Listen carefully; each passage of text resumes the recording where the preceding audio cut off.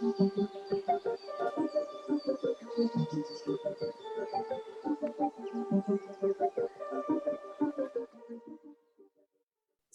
welcome to another episode of Coaching Outdoors. And today we have not one, but two guests, double your value for money today. So we are delighted to invite Dixie and Ruth Steggles on to the podcast, who both have come together to form this collaboration, Fresh Air Fridays, which we'll be dipping into and discovering how it was created. But first, it would be great just to have a super brief introduction from yourselves. Hi, yes, thank you. You could have done that one first, but I'm jumping in. So I'm Ruth Steggles, and I started life as the Fresh Air coach, created Fresh Air Fridays, and then started working with this amazing woman who is practically my twin. Thank you.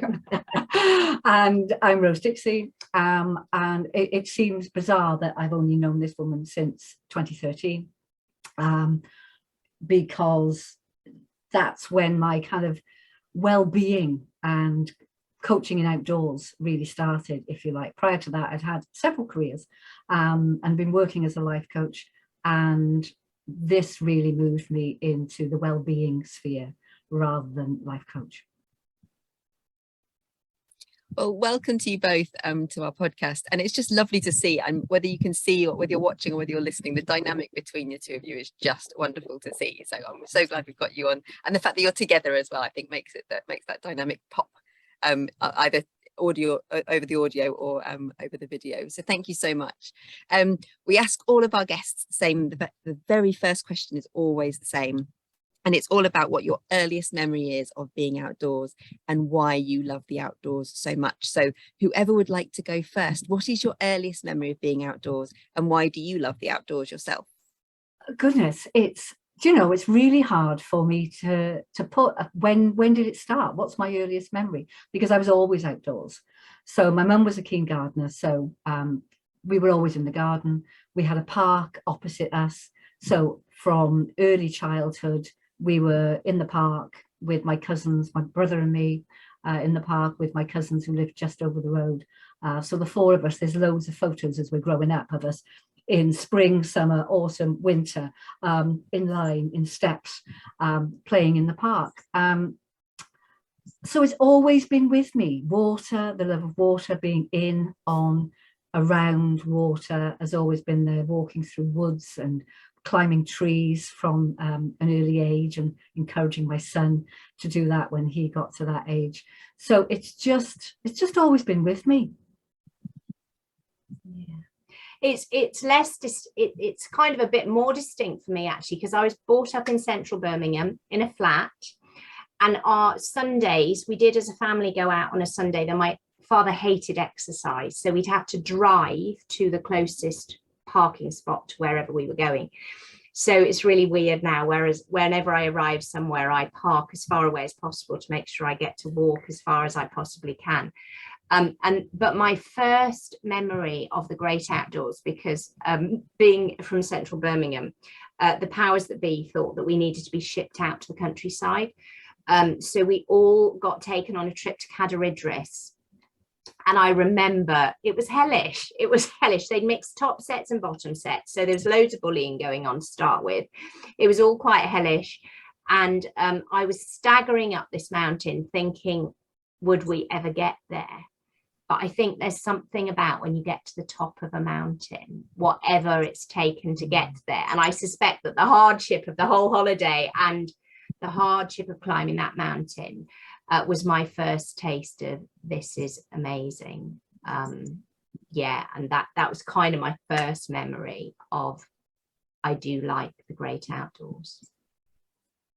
Well, thank you. Thankfully, it didn't put you off in the future, and that is it's always fascinating to discover childhood memories and that narrative that we hold with us, and how that then influences our behaviour in the present moment. And clearly, you've both come from very different backgrounds.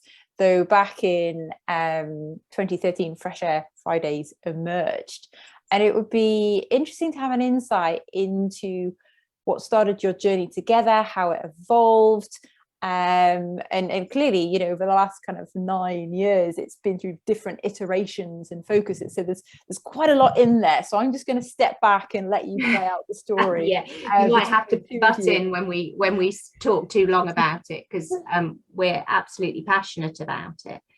But so my husband and I became keen walkers kind of when we met, really. That's when it's what we did together. We had nothing else in common, so we walked together. And that had always been the background to our family, really. We enjoyed the outside as a family, and we'd go to hills and mountains when we could. And then out of the blue, life was really, really good. And out of the blue, it seemed our daughter developed an eating disorder. And overnight, like the bottom fell out of our world, and we found ourselves in this really dark place, and kind of hurled our family into the world of mental ill health.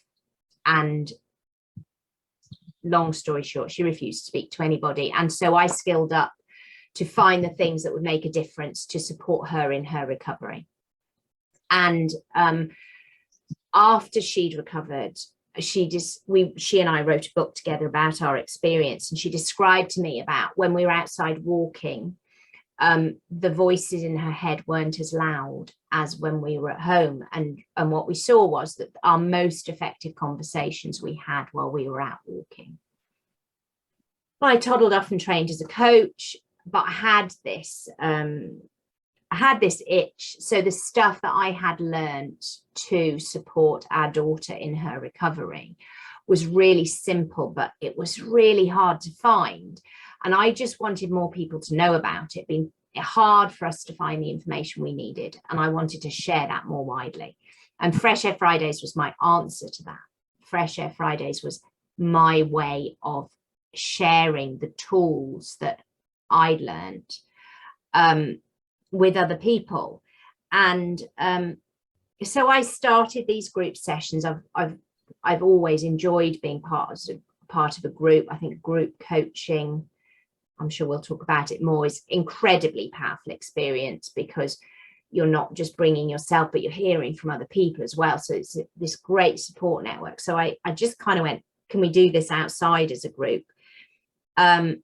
And I was running it for a few months, but my background's in direct selling. So I kind of knew that if you wanted to spread something wider, you need more people doing it. So I said to a few of my mates, I'm doing this thing, do you fancy giving it a go? And I'd come across Rose at a coaching group that we were both part of. And I'll let you take over from there for a bit. Well, I'm laughing because post that now, when she tells a story, she kind of says, I thought you were a bit weird, really, but intriguing as well, and wanted to get to know you. And so we arranged to go out for a walk, and my background to that is what led me to that point. Was I was in the process of recovering from breast cancer, and I'd had that diagnosis the year before, and I'd been working as a life coach anyway, but I'd become very interested in the mind, body, soul connection. It was clear that my clients were, they were physical manifestations of the things that they spoke about that were affecting them mentally or emotionally. So I'd been doing quite a lot of background reading around that, and was thinking, okay, how do I bring this in? Where do I start bringing this sort of holistic approach, if you like? And then I had this diagnosis, and it was like, oh, I guess I'm my own first client here. What am I going to do? And so I explored a variety of kind of interventions, if you like, both kind of alternative therapies as well as more traditional therapies. And I kind of trained in some of those afterwards, because they all helped me really well. And so when Ruth and I got together, and we went for a walk through some woods, as you do, to get to know one another. And it started from there. So when Ruth invited me to kind of go, do you want to run one of these? I was like, yeah, that sounds like fun. And I wasn't really interested in it as a business. I just thought it sounded like fun, taking groups of people out in the outdoors, teaching them these tools, seeing what would happen. So that was the start of it. I'll pass back over to you. Is it okay to carry on? Yeah. We'll just keep going until you interrupt us. So yeah, and then I don't know, for this, you know, coaches listening to this, you'll understand some of the trials and tribulations of building a business. And I worked with various people and it was all going a bit pear-shaped. And I kind of had this moment of, am I really doing this? Am I really creating this thing? You know, it wasn't going terribly well. And I had one of those, and Rose had toddled off to go and explore another coaching group. Anyway, so I had a bit of a dark night in my soul and kind of went, is this happening? And then I went, oh yeah, it is happening. So I got really clear about what we were doing. I got really clear about the structure of the programs and what was happening and what we were seeking to create, and actually who I wanted to work with, because I'd made some poor choices in the past. So I came one day and said to Rose, this is who I'm looking to work with. And basically you said, that's me, didn't you? I did. And the rest is history. So from 2015, we've created the company that is today. We've honed it the way it is. So yeah, that's kind of how it came into being. That's the long-winded version of how it came into being. And can I add one more thing? Because I remember saying, you know, I was just doing it for fun, which is exactly how it started off. And then we had a membership, so people could either drop in or people could join us as a member, because what we saw was that when people commit, that, you know, the difference that the consistency of this, you know, makes a real difference. And my then boyfriend, I think he was my boyfriend then, I don't think I'd married him, was a member, and he hadn't been to a couple of sessions because he was too busy. And then I think in the March, he kind of, yeah, it was due to my session, and I took him out, and I said, well, no, this, you know, you're a member and I want you to get the value from the themes that we explore and what have you. So we had one of our sessions and we explored the themes that we explore, and we did it as we designed it. And at the end, he said, and he's an executive coach, so he kind of knows this stuff, and we have really wonderful conversations with one another. And at the end he said, oh my gosh, he said, you know, the depth of conversation that we've got to here. He said, you know, you ought to do this as relationship counselling. And I said, well, I hear you, and that's not where we are, but I can see, you know, the difference it made, even though we were used to communicating in a way that we felt was pretty effective. And he is now my husband, so, you know, I guess it kind of worked. You know, the difference that we both noticed, the difference that communicating in the way we teach people to communicate on our sessions really, really works. Yeah. There's so much serendipity in what you're talking about, which I love, because it's quite a bit similar how Anna Marie and I ended up working together, and we haven't been working together for quite as long as you guys have, but hopefully I would love that to be the case in 7 years' time, that we're sitting there going, oh, do you remember when we first met? But I do love that, because you do sort of gravitate towards people, don't you, who you know you can work with, and as you said, you might have met some people along the way that maybe weren't quite the right people for Fresh Air Fridays, but obviously you both were. And you sort of both mentioned a little bit about the actual structure and the sort of format, but we haven't gone into that detail yet. So it'd be really great for our listeners to understand a little bit more about what the experience is of a participant, either on a one-to-one or is that in that group environment, when they're on a Fresh Air Fridays event. Yeah. So for both of us, it was interesting because we had a meeting this morning that we've just started for our facilitators, and we were talking, Rose and I have just come from a walk. We have all our meetings out walking, and we were just talking about structure. And one of the things that we're both really present to is that when people have a structure, they can be really safe. If people know what the boundaries are, then there's space for the unfurling in the middle, whatever the unfurling is for an individual.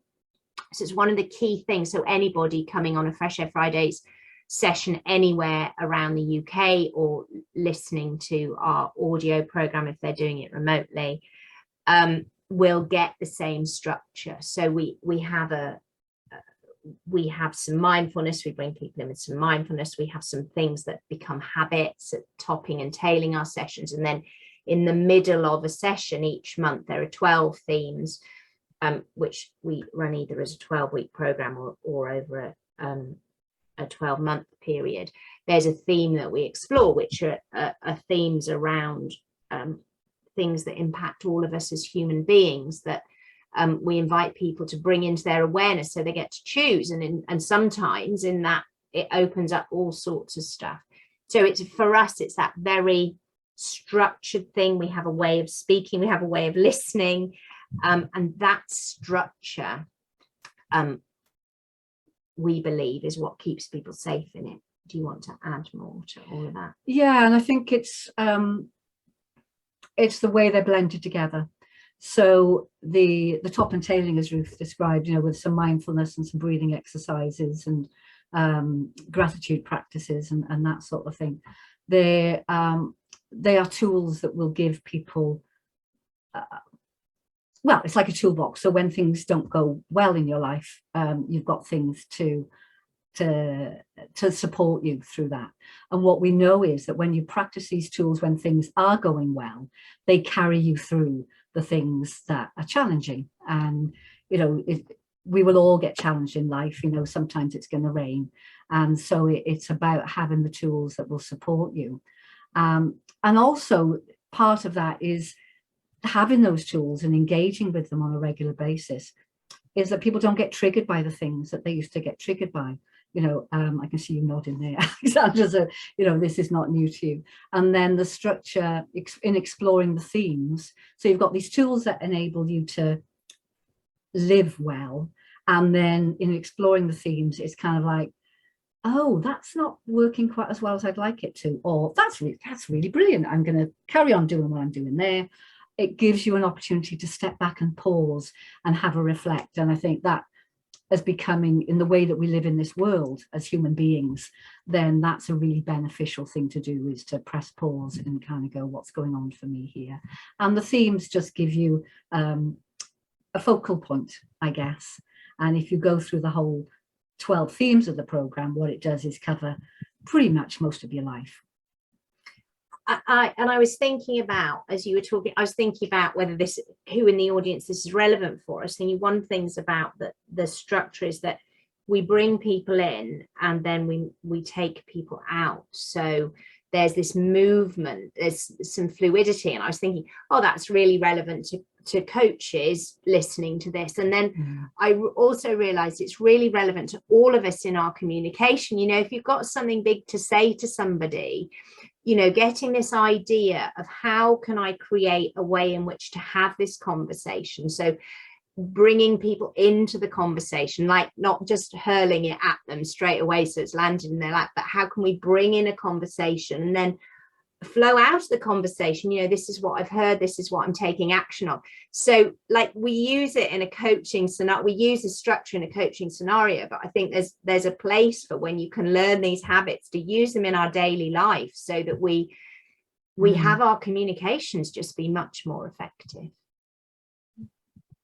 And thank you for sharing that structure and also linking it into our bigger communication that every human being on this planet can very much benefit from. It's all about these transitions and how you can set them up so ultimately you feel safe to have the conversations. And to bring it to life a little bit more, it would be really helpful just to potentially share some stories around what you've observed your participants experience. I know that Rose, you've kind of shared about your relationship with your boyfriend and then husband and how it's kind of deepened the communication between the two of you, but just some other kind of stories, case studies. Our listeners always kind of keen to be that kind of fly on the wall, though clearly confidentiality is very much respected. Yeah.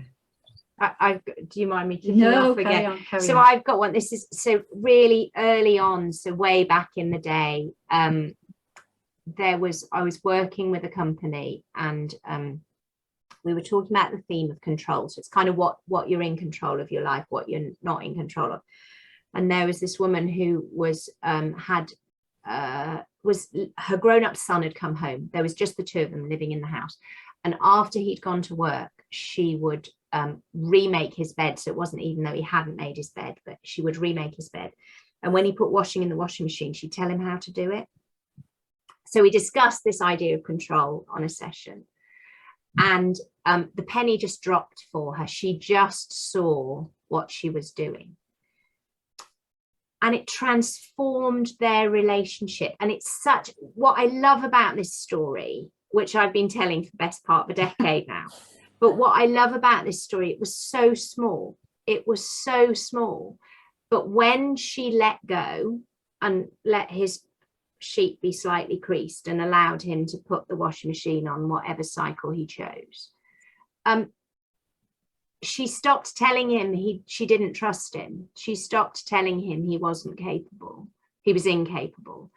And they liked one another again, and they started talking to one another again, and they had two adults that could express their love for one another, and their relationship just blossomed. And it was so tiny and so significant. That is the sort of transformation we see really regularly, and just brings such joy to my heart that there are two adults now who will go on and have just a much richer relationship for many years to come, I trust. Yeah, and I'm going to do a little one to start as well, because there are some biggies in here too. But I was reminded, it was again working with a company, and I think it was kind of an HR director, and they were talking. One of our themes is filling yourself up first. So in that we need to take care of ourselves, or there's nothing left over to give to anyone else. And we'd been exploring this theme the 1 week, and then they came back the week after and said, oh, I did filling myself up first, but in a way that I hadn't thought that I would do. Someone asked me for a meeting in the afternoon, and it's a time in the afternoon that I'm trying to take for myself and not put things in. And in the past, they said, oh, well, they would have gone, oh, well, I need to take this meeting. It's quite an important one. Da, da, da, da. But they said, well, no, actually, that doesn't work for me. Could we do it? Blah, blah, blah. And that's not something that, quite often with filling yourself up first, people talk about the things that, taking a bath or, scented candles and what have you. But actually the practical things of not doing the things that deplete you is really, really crucial in that. So it was such a simple thing in terms of just saying no. And, that's quite a biggie for people, getting that, oh, filling myself up can be about not depleting myself in the first place, which I think is really useful. The way the programs are made up, so they build on one another. So we've carefully structured the things that people explore in an order that has us working on things that may seemingly be straightforward, but they kind of build. It's like a good J.K. Rowling, so I'll take that. The plotting through Harry Potter, when you read the last book and go, oh my goodness, she told us about this in the first book. So maybe we're not quite that famous yet, but that kind of building on makes such a difference. And another story that a woman who had been nursing her husband for 10 years, and he passed away. And so she brought her grief to the program. She brought her grief. She didn't know how to move on. She was scared of moving on. She had been in that place for so long. She didn't know what the process was. And about 6 months after, and I could see her as the program went on, she started to settle into herself and find herself again, find who she was, let go of the things she couldn't control, come to terms with what she needed. And about 6 months after, she wrote to me to say she just bought her dream home by the sea, and she was living fully as herself again. So from the kind of tiny bits to that, it was transformational for her to rebuild her life after that kind of living loss and grief. So yeah, And it just feels such a privilege when you get to walk, literally and metaphorically, walk beside people in these kinds of transformations. It's an incredible thing to do. Yes, and you know, there's a woman, she always springs to mind, when at the end of the program she came up to me and said, "Thank you so much. I can listen and talk to my children." And it was like, oh my gosh. And I just had no idea, because she'd explored other stuff during the sessions.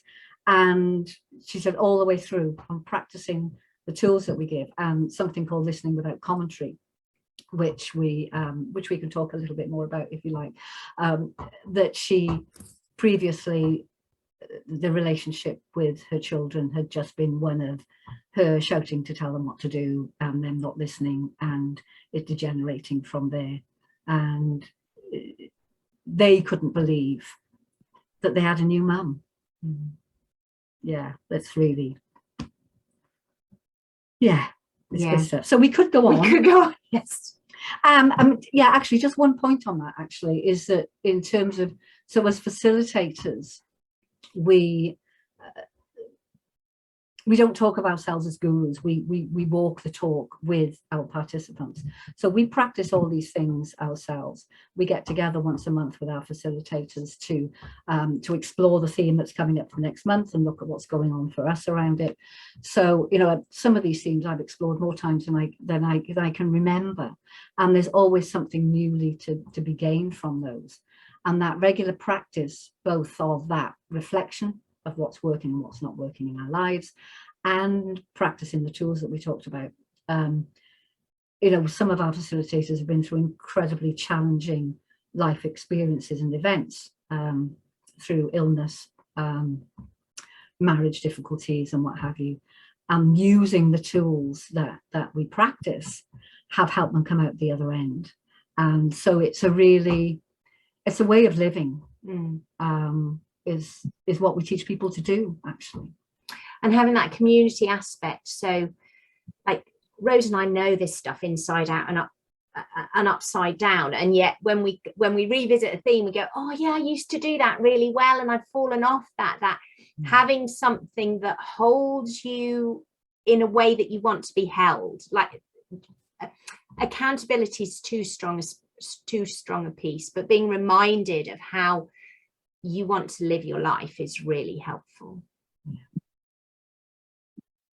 Is that enough? What you want us to go on? No, this is wonderful. Honestly, if we had the time, we would just sit and listen to these examples all day long. And I know it for me, just listening to what you were saying, I was reflecting as you were talking and thinking, control, yeah, that's a theme I need to focus on more. Filling myself up, I love that one. And as you said about things, not just filling yourself up with the good things, but stopping doing the things that are depleting you as well.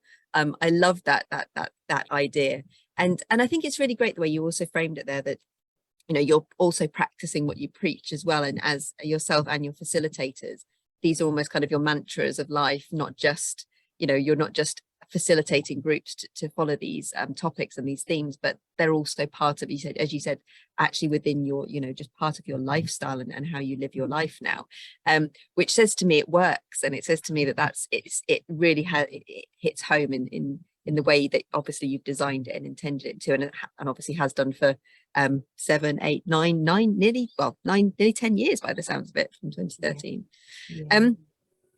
One thing that something that you mentioned right at the start, Ruth, actually, was some of the challenges that you faced, especially at the start, and you had your moment of doubt and your sort of dark moment before kind of refreshing yourself.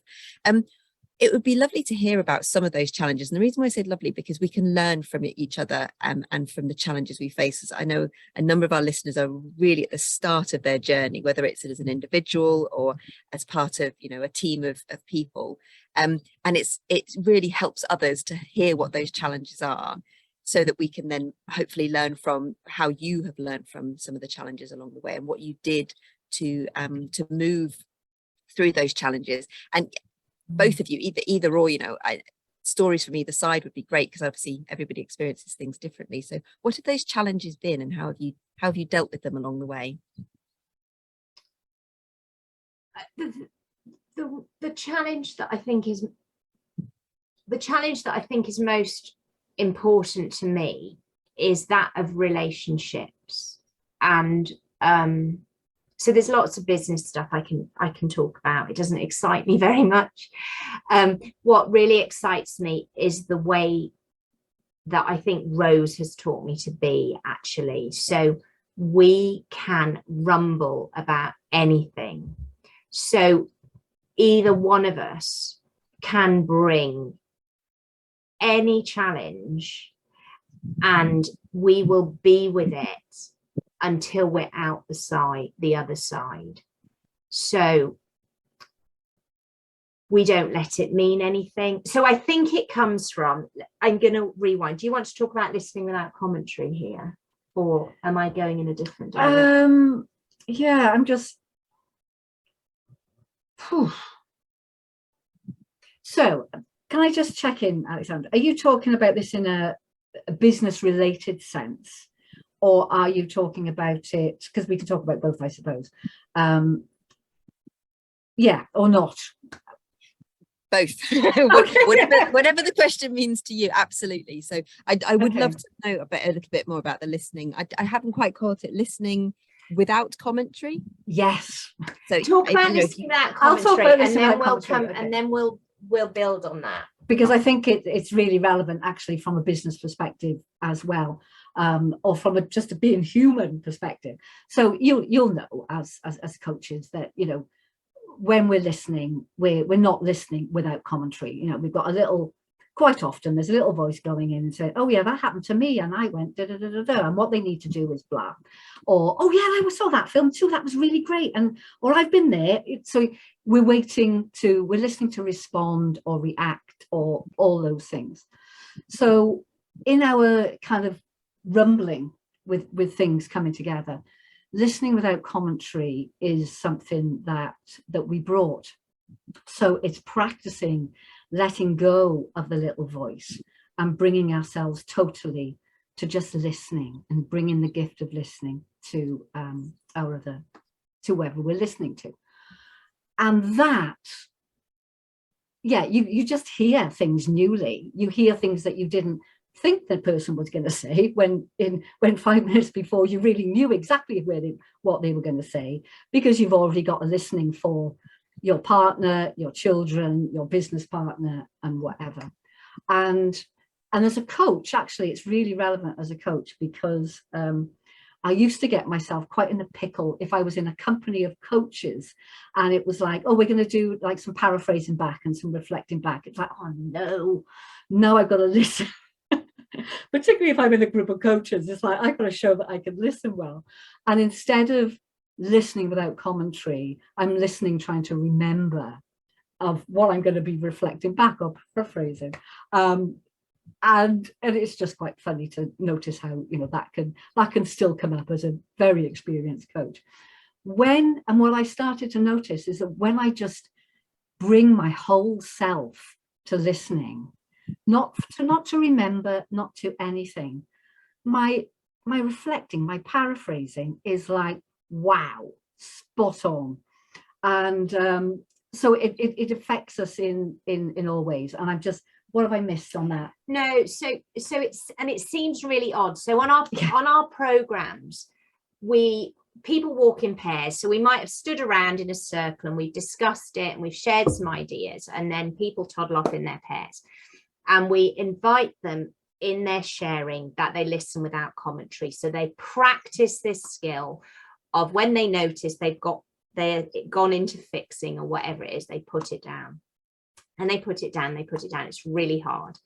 And we caution people, we say, don't go home tonight and just when your child or your husband speaks to you, don't say nothing, because they won't know what you're on about.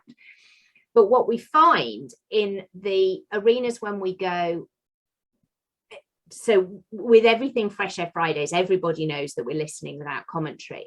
And, you know, we do it in our relationships now, you know, with our partner, we'll go, actually, I just need to say this out loud. I don't need you to say anything or fix anything. So we've learned to tell other people what we'd like them to do in our listening.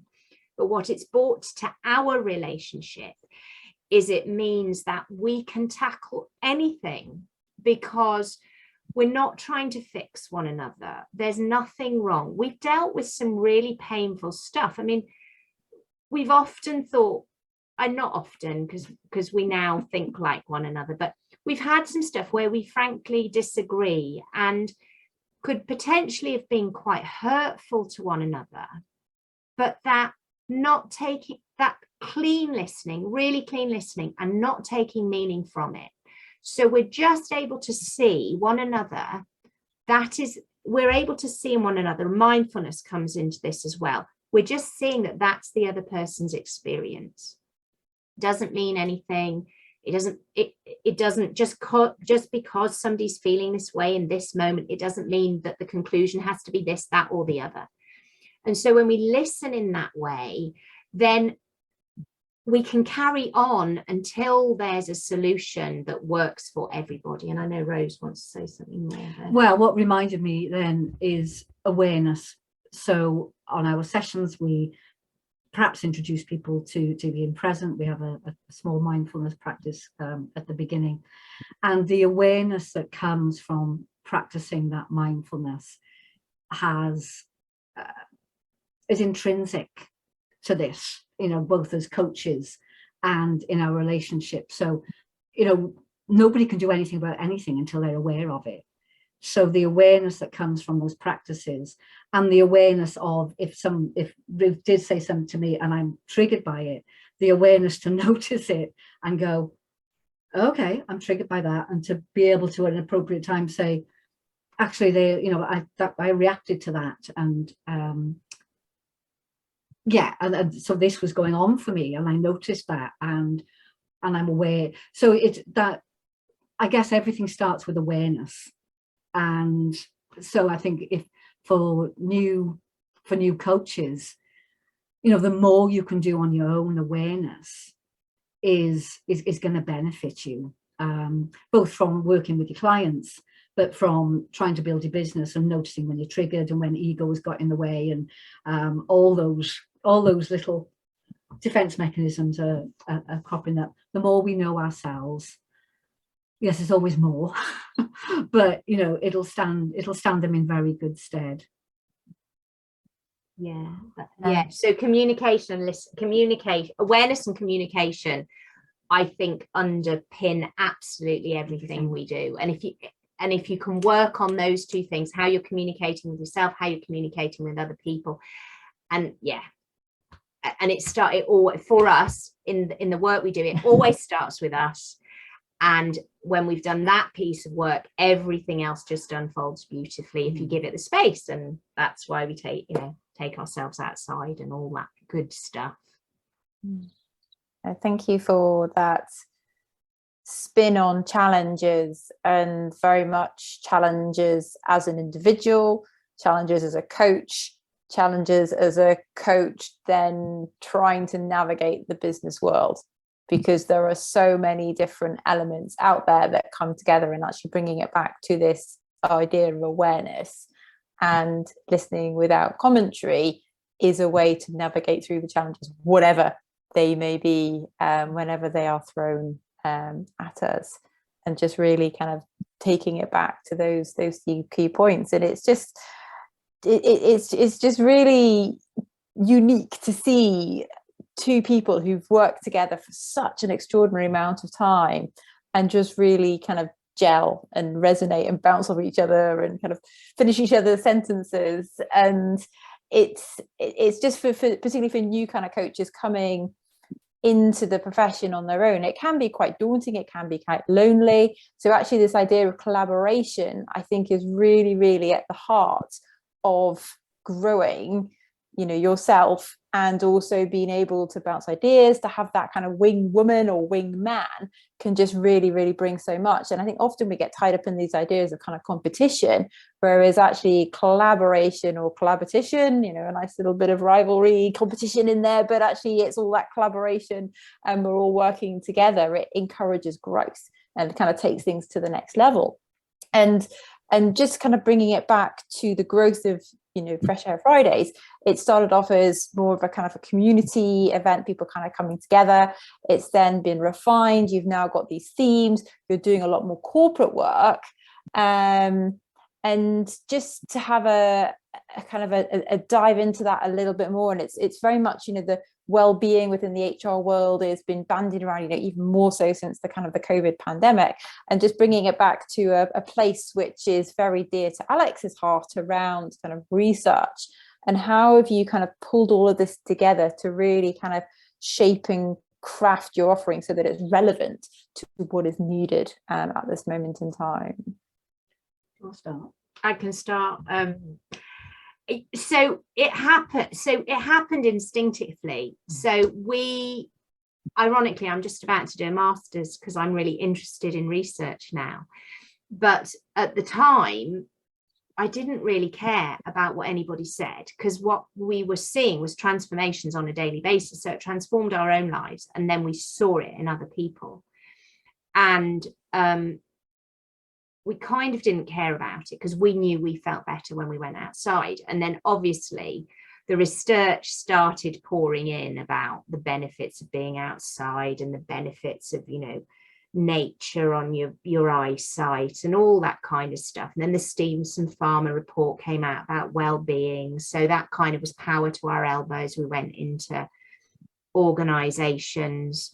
Our first organizational thing was a bit of a lucky, it just, we knew somebody who was looking for something, and so went into that. So we didn't, in the beginning, it wasn't about research. And now when I have to go, and because it's not the kind of information I remember particularly either. So goodness knows I'm going to have a lot of help off my kids doing this master's. How do you write this report? Anyway, so yeah, it kind of didn't bother us. We have had somebody write a research paper on us, haven't we? We have, University of the West of England. I'm glad you know the details. And you know, we can give that information. So we don't have it at our fingertips, because what we know is that it's experiential and people will get different things. What we what we use to measure it is the Warwick Edinburgh Mental Wellbeing Scale, which is a validated instrument. We get significant change using that tool. So we know that, and in the time that we've been doing this, more and more research has come out, not just about the time being spent in nature, but about mindfulness, gratitude practice, breathing. So all these simple tools that we top and tail everything with. There's more and more coming out of all these things. So if anyone is interested and wants to know, more about the nitty-gritty of it, then we're happy for them to get in touch and, drop us a line, and we'll point them in the right direction. But the proof of the pudding is in the eating. And what we know is that what we do works, and the Warwick Edinburgh validates that, and the things people tell us. I don't think that. Where I am now, I'm off to study positive psychology because I've kind of realised that I've been doing it for the last decade. So that's where I am. I'm going, oh look, there's all this stuff that says what we've been doing works, and I've got some interest in studying it in particular areas. So that's where we're at. And I think there's something, and I think it possibly comes back to a challenge that we had at the beginning, is I think we were a bit ahead of the curve, because when people often talk about well-being, they talk about, gym membership, or, quite a lot of the corporate stuff that's been put in is around doing things. No, there's nothing wrong with that. There's gym membership, lovely, eating fruit, lovely, it's all that good stuff. What we know about well-being for ourselves is looking at what works in our lives and making changes to the things that don't work. And sometimes I'm reminded of kind of the Matrix, red pill, blue pill. What do you want? Because change can be challenging. Taking your life on can be challenging, and not everyone wants to do it. If there was a pill for it, people might take the pill. And that's not denigrating or diminishing anyone. It's just, you know, the human tendency to want things fixed as easily as possible. And sometimes when there's stuff that isn't working in our lives, it takes a little bit more than that. Yeah. It's really great, and as Anna Marie said, my background is research. I love the practical side of things, absolutely, but I also love the research side of things, and Ruth, I hope your master's is everything that you want it to be, and especially if it's a master's in positive psychology, I can probably honestly say you're going to have a great time on your master's. But it fascinates me because, as you said, there's lots of research out there into the benefits of being outdoors, but it's putting that together with coaching in the outdoors, where we're missing that research. And there's a few things that have been done, and hopefully the sort of wave of research is going to continue to build. But anything that, you know, that can come out of your MS, your master's, and turn into, you know, publishable research even in the future would be wonderful as well. Just, we're always doing a call to arms to the coaching community: either do the research, or if you can't do it, you know, volunteer to be part of somebody else's research, get involved, answer some questions, be part of an interview, whatever it might be, because the more we as a community can bolster that, the more, you know, for those people who do want that proof, those people that want to know, okay, but why is it beneficial? What's actually happening? We can tell them lots of stories and give them lots of examples, but actually being able to say, well, this is the biological evidence, this is the neuropsychological evidence, this is the positive psychology evidence, whatever it might be, just having that body of evidence just really adds credence to what we do.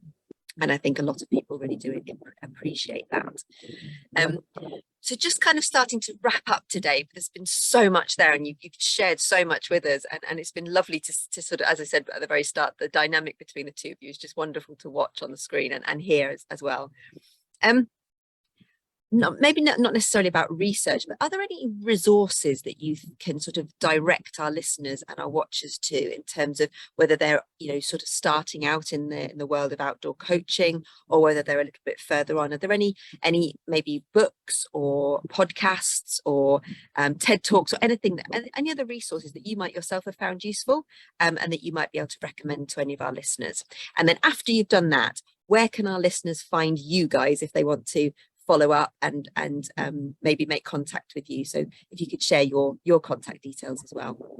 Thank you. So the first kind of book that sprang to mind was Time to Think. Nancy Klein. Thank you. Time to Think, Nancy Klein. Was one of my all-time favourites when I was well, not starting out. I'm not sure it was around at the very beginning, but I was starting out coaching.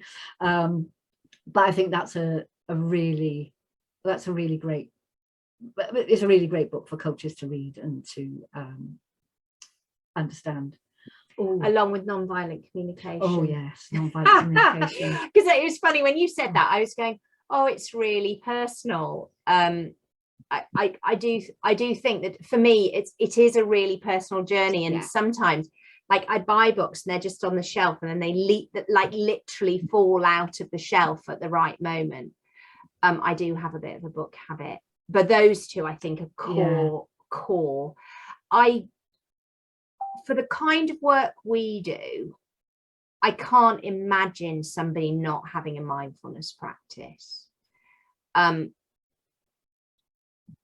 And like, if I could wave a magic wand, if I were going to transform the world, my magic wand moment would be to have everybody have a mindfulness practice, because that when we can learn to put in a fraction of a second before we react, so we respond rather than react, the world changes. Like, when we bring that awareness, we change the world. And so anything that appeals to anybody, somebody's recently introduced me to the Plum Village podcast, which is, well, what a wonderful place to start if somebody is interested in exploring mindfulness. So yeah, I think those would be, like, we've got in my cabin, there's a whole pile of books here, so we could read off loads, but I reckon those would be our Yeah. I'm going to put in a plug for Brené Brown Atlas of the Heart. Oh, I haven't got on with that. That's interesting. We bought it for one another. We bought the same book for our birthdays, are very close to one another.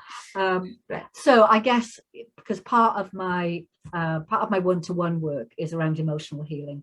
So I help people with emotional healing. So this, if you're not familiar with Atlas of the Heart, and she's very research-based, as you probably know, Alexandra, it was looking at having the language of emotion, and that many of us are, describe our emotions as mad, sad, or bad. It's quite limited, and just having the nuance of language around some of these emotions, I found interesting from that perspective. So I think it's more not necessarily from a coaching perspective, from getting to know yourself better and where you are with it. And that's, as coaches, again, the more we look to ourselves, the more we're going to be able to be with other people. So I think it's really helpful from that.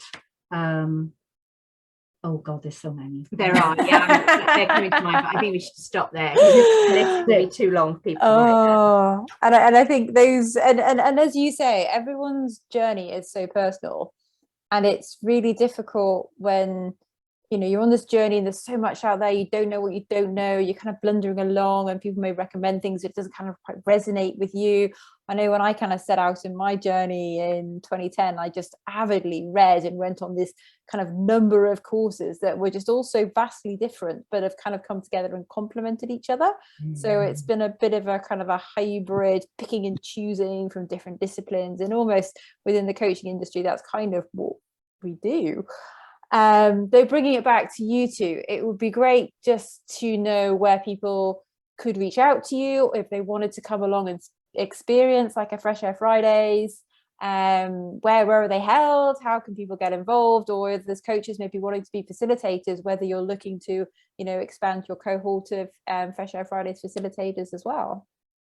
We definitely are looking to expand our cohort of facilitators, and that's on the agenda at the moment. So anyone who would really love to be supported in what they're up to in their lives, is our becoming a facilitator will support you to do that. It'll support you to live the life that you really want, both from a personal perspective and a professional perspective.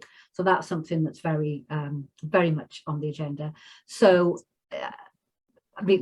info, so our website, freshairfridays.co.uk. You can email us at info@freshairfridays.co.uk. We've got a Facebook group. You can hang out there. You're allowed to pick up the phone. We like talking to people. Like, we're still a little company, and we're really about connection. So you'll find us on Facebook. You'll find us come into our in-tray. Find us on our Facebook page. Come on a breathing space. Come on a breathing. Yes, we haven't talked about breathing space at all. Have we got a minute to do that? Quick 2-minute plug, go for it. Okay, so breathing space came about when COVID hit. Of course, we were all about the outside and wanting to get people outside, and groups are together, and it was like, oh my goodness, we can't do this anymore. What are we going to do? So we put together our themes into an audio program so that people could listen to them outside on their own, and then they come together in a group once a week for our 12-month program. That worked brilliantly. But we also saw that people who perhaps weren't ready for that would benefit from the tools that we use. So we started to put on a free 30-minute session called Breathing Space, where people have a chance to use some of the tools that we use on our program, and there's a space for a small group connection in the middle of that, where we practice listening without commentary. 8 o'clock every morning. It's a perfect way to start your day, to settle yourself down. A little bit of breathing, little bit of mindfulness practice, tiny bit of movement. Get yourself, find you, to ground you, to start your day. Small groups, it's beautiful. It's on the website, it's free every working day. Wednesday is in Welsh. Oh yes, I forget Welsh Wednesday. Yes. Welsh Wednesday. Yeah, we'd love to see people there and just say hello, and but all the other ways work as well. Perfect. Wow, a number of offers going on there as well. So yeah, we've got the breathing space. If you just want to reach out, whether you are maybe interested in being a facilitator, get in touch with Ruth and Rose. There's a lot going on. So thank you so much for joining us from the cabin, both of you in person, dynamic duo. It's been a real pleasure learning more about Fresh Air Fridays and your mission behind it all, and what benefits that it's brought to people who've been along and taken part. So thank you so much. And just to remind our listeners, clearly this is one episode of many in series 4. We're up to series 5 will be kicking off soon as well, as we get towards the end of 2022.